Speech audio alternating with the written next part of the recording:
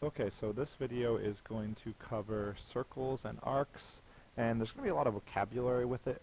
Um, we want to talk about what a circle is, and you might be able to think of what you think a circle is. And I want to kind of actually, like, a lot of people go to college and they're not able to give a good definition of what a circle is. So let's just take a moment to do something kind of cool, and maybe it will help you understand what a circle is. So let's take a look at this. I'm on my document camera now. What I'm going to do is I'm going to use these paper clips to draw a perfect circle, and I want to know why it's a perfect circle and what the deal is with that. So take a look here. If I was to take this, okay, and this is the center of the circle, and I was to go like this, okay.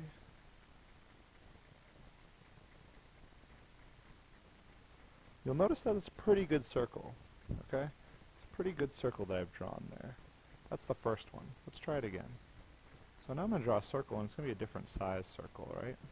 Let's think about that for a second. Why is it a different size circle? I don't know. But now I have another circle. Alright. Getting there. Boom. So there's another circle. So we have two circles that I've made here, and then I'll draw another circle, yet another circle, which will probably take up a lot of this paper, so I will just kind of go like this and do the best I can do. Oops.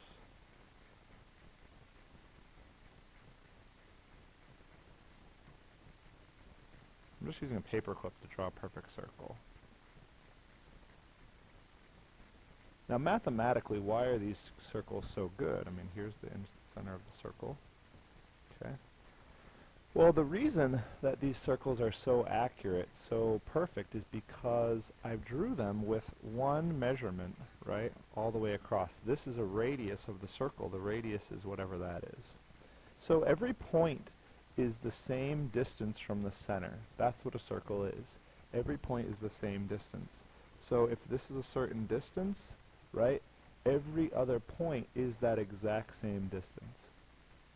You can actually think about what the formula for a circle might be, because if you think about a circle and if every point is the same distance, then that means that if you were to take the distance formula, basically, which is x minus whatever it is, x minus x1, right, squared plus y minus y1 squared, and square root that, that would actually really pretty much be the equation of a circle.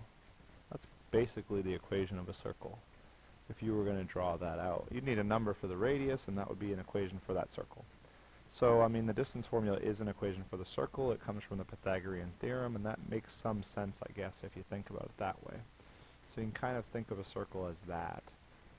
If you look at a circle like on the coordinate plane, for example, so let's say we were here, I would say, and let's call this the coordinate plane. What you can do is you can say this point right here, okay, for example, is going to be measured by, I mean, you're going to take this right here, let's say this is the y value, right? And we'll have this over here, which will be the x value. That'll be the x value. And to get this distance right here, right, we would just use Pythagorean theorem. So Pythagorean theorem has a big part of the circle. You can put that triangle in the circle a whole bunch of times. So that's what a circle is. This is a really important thing as you go through the math sequence. It's really going to be important to understand that this is why it's a circle. X squared plus y squared equals r squared is basically the deal. So all that, I know that was long-winded a little bit, but it was important to understand that, is going to tell you that a circle is the set of all points that is the same distance from a given point, the center, right? So it's really, if you think about it, it's important to understand this distance right here, because distance formula is derived from Pythagorean theorem. You can kind of see it comes back to Pythagorean theorem when you look at the circle, and I could do this a bunch of times. I could put another triangle inside of the circle like that, right?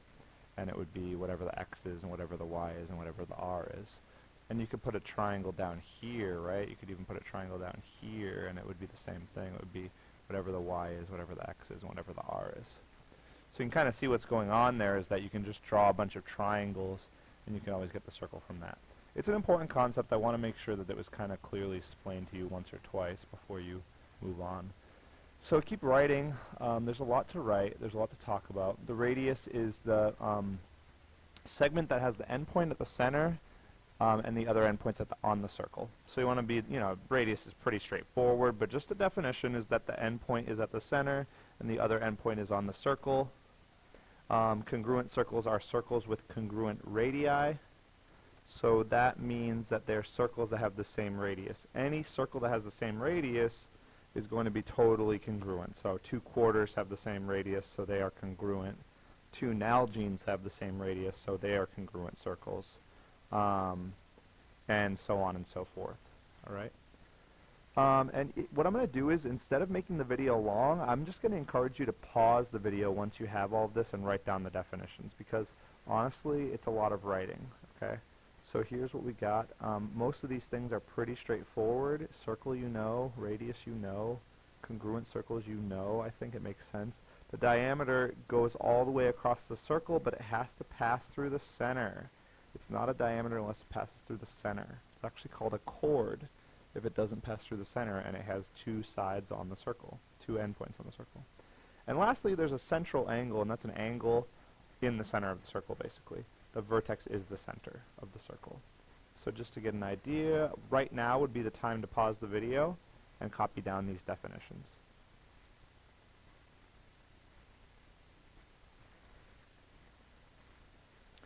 Alright, so here's a circle, and just so we're understanding what a central angle is, just so we know, this is a central angle right here. So CPA, angle CPA is a central angle. It's an angle that is basically of 2 radii, I guess, and it's at the center of the circle. The vertex is at the center. Okay, so more to it. So let's talk about these things. So a semicircle is half of a circle. So if you wanted to get the area of a semicircle, just so we're aware, we need to be able to understand how to get the area of a semicircle. It's pretty straightforward. You just take the area of a circle and cut it in half. So area of a circle we know is pi r squared, and the area of a semicircle is going to equal pi r squared, but you're going to have half of that. Okay? And as long as it's an actual semicircle, it's actually half of it, it'll have exactly half the area, which I think this seems kind of obvious to you, hopefully. These are some things that you might want to talk about, might want to understand. An arc of a circle is something that goes like around, it's like the perimeter of the circle or the circumference of the circle, but an arc is only a piece of it. So it's a curved piece around it's the crust of the pizza, if you want to think of it that way. So a minor arc is less than 180 degrees. It's smaller than a semicircle. And a major arc is more than a semicircle, and a semicircle is right in between. So kind of think about obtuse and acute and all that kind of stuff, okay? So let's talk about that for just a second. Let me get my color coding correct here. So my minor arcs are going to be in red, okay? I'm going to make those red. So TR is a minor arc of the circle. RS is a minor arc of that circle. And actually, we know that RS is a minor arc of this circle as well. It's called arc RS. Okay, and that's how you draw the notation. You put a little arc above it. And lastly, I want to talk about what a major arc is, and sometimes how you have to go through that to get a major arc. You have to go like this. And the way that you would denote this arc is you would call this arc RTS, because you're starting at R, you're going through T, and you're ending at S. Otherwise, RS and RS could be really confusing. You can go either way around the circle, right? But to make a major arc, you usually we'll use another letter to show that you're going all the way around. That's one way of doing it, at least. We would usually assume if you say arc RS that it's the minor arc. So that will usually be assumed. As far as specifics of that, I really should check into that because it should be okay either way. You just need to make sure that you're being clear with me. So I'm going to assume it's a minor arc unless you put another letter in there or you do something helpful. I'm going to default to the minor arc. Okay, so these are going to be your now you tries. I want you to name a major arc for that angle. So we're talking about an arc. Make sure you have the correct notation. It's a major arc. And make sure you notate it in a way that I know it's a major arc. I know which way to go around the circle, because I could go either way. So that's your first now you try. And then after that, I want to know what angle is related to this arc. So if I give you that arc, what angle would you name that is in that same, I guess, slice of pizza? So as we look at JKL, JK, oop, going the wrong way, right? J, then through K, then L. What is that angle going to be called, right? So take a second, pause the video, give those a shot.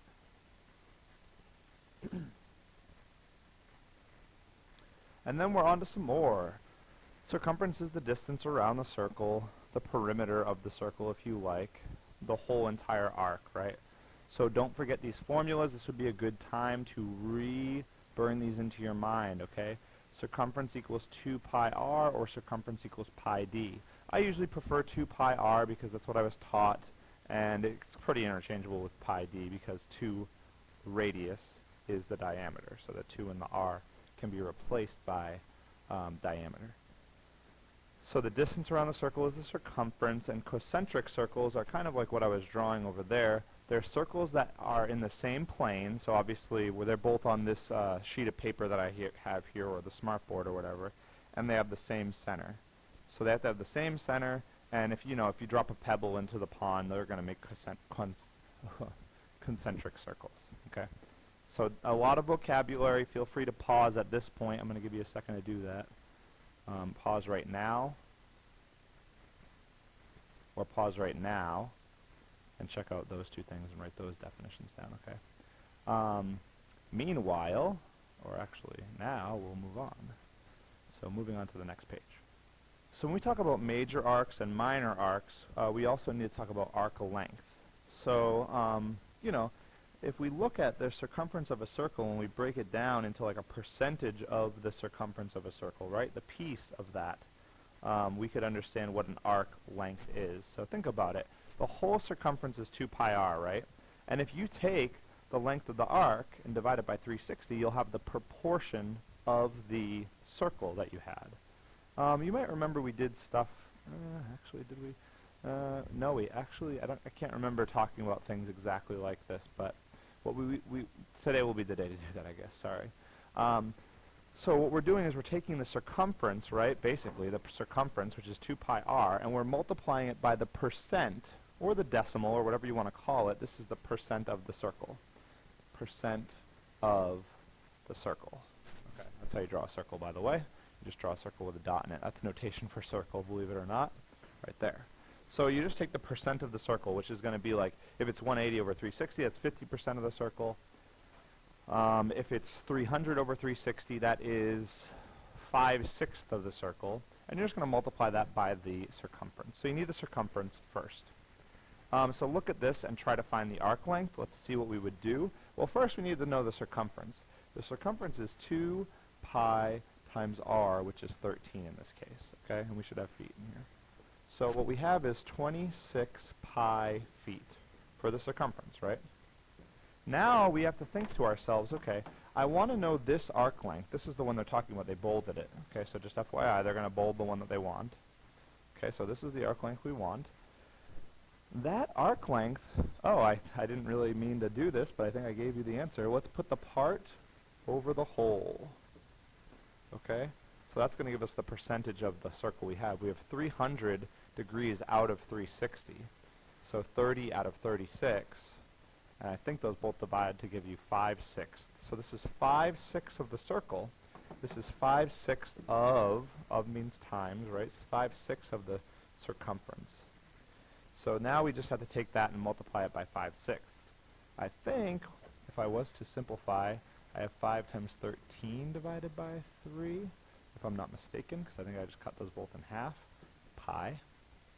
65 pi over 3? 65 pi over 3 feet is the length of that arc. Okay, so now you can figure out how long something that's curved is just by using circles. Pretty cool. Definitely pretty helpful. So that's the arc length. 65 pi over 3. Let's go on. Alright, so a couple of now you tries to find the arc length. So you're trying to find the arc length here. Why don't you try to find this arc length? Okay, let's make this a now you try. Might not say it on your paper every time, but now you try this one. And then we'll also try the next one, which is, I believe, here. And you're trying to find this arc length. Okay, and we'll call that a now you try. I think it says that on your paper this time. So that's what we want to try. Try those two. And then there's a little bit more that we want to talk about, and I will pick back up. I'll pick back up in the next video. So you can stop there as long as you've gotten through these pages.